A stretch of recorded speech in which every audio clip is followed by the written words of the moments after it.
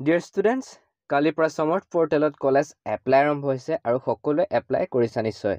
কিন্তু কালিৰ পৰা এটা সমস্যা দেখা দিছে যে কলেজ এপ্লাই কৰি শেষত ফাইনেল সাবমিটটো কৰোঁতে ৰেচন কাৰ্ডখন বিচাৰিছে। আৰু স্ক্ৰীনত দেখুৱাৰ দৰে Dear applicant, you need to upload the following documents before submission. Document for ration card is not uploaded বুলি আহিছে। আৰু যাৰ কাৰণে বহুতো ছাত্ৰ-ছাত্ৰীয়ে কলেজ সাবমিশন কৰিব পৰা নাই। আজিৰ এই ভিডিঅ'টোত মই লৈ আহিছোঁ এটা সলিউশন। আহা ভিডিঅ'টো আৰম্ভ কৰোঁ। এবাৰ তোমালোকক মই দেখুৱাই লওঁ কালি মই কেনেদৰে সমস্যাত পৰিছিলোঁ।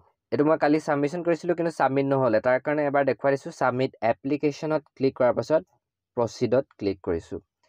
তাৰপিছত এইখিনিতো সকলো ঠিকে আছে। তাৰপিছত আকৌ প্ৰচিড কৰিলোঁ। ইয়াও মই সকলো ঠিকেই ডকুমেণ্টছ আপলোড কৰি থোৱা আছে। নেক্সট কৰিলোঁ।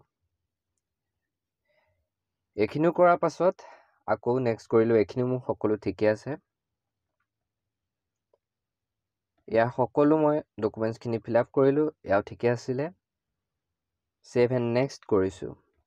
ইয়াৰ আগত এইটো টিকটো দি ল'ব লাগিব। তাৰপিছত ছেভ এণ্ড নেক্সট। এই ডকুমেণ্টছখিনি মই সকলো শুদ্ধকৈ দিয়া আছিলে। তাৰ আগত মই বহুতবাৰ চেক কৰি লৈছোঁ। ইয়াৰ সকলো আপলোড তোমালোকে নিশ্চয় এইখিনিলৈকে কৰিছা। আৰু দেখিছা ডকুমেণ্টছ যিখিনি বিচাৰিছিলে সকলোখিনি আপলোড কৰি থোৱা আছিলে মই। আৰু শেষত যেতিয়া মই ফাইনেল সাবমিশনৰ কাৰণে নেক্সট কৰিছিলোঁ তাৰপিছত মোক শেষত বিচাৰিছে মোৰ ৰেচন কাৰ্ডখন।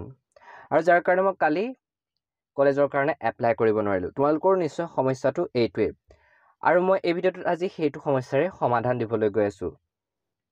চোৱা, সমৰ্থ পৰ্টেলত আমি যেতিয়া নিজৰ ৰেজিষ্ট্ৰেশ্যনৰ কাৰণে প্ৰফাইল ক্ৰিয়েট কৰিছিলোঁ তাত কিন্তু কোনো ধৰণৰ ৰেচন কাৰ্ডৰ অপশ্যন নাছিল, যাৰ কাৰণে ডকুমেণ্টছত আমি ৰেচন কাৰ্ড সাবমিট কৰা নাছিলোঁ।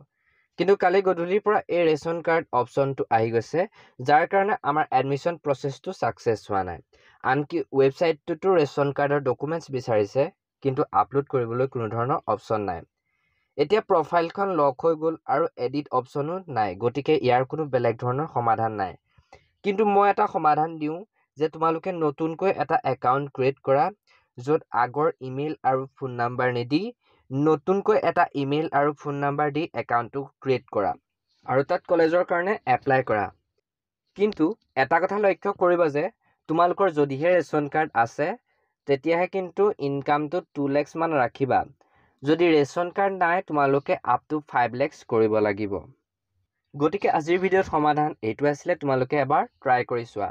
আৰু মই এনেদৰে ট্ৰাই কৰি পেলাই মই মোৰ সমাধান কৰিব পাৰিলোঁ।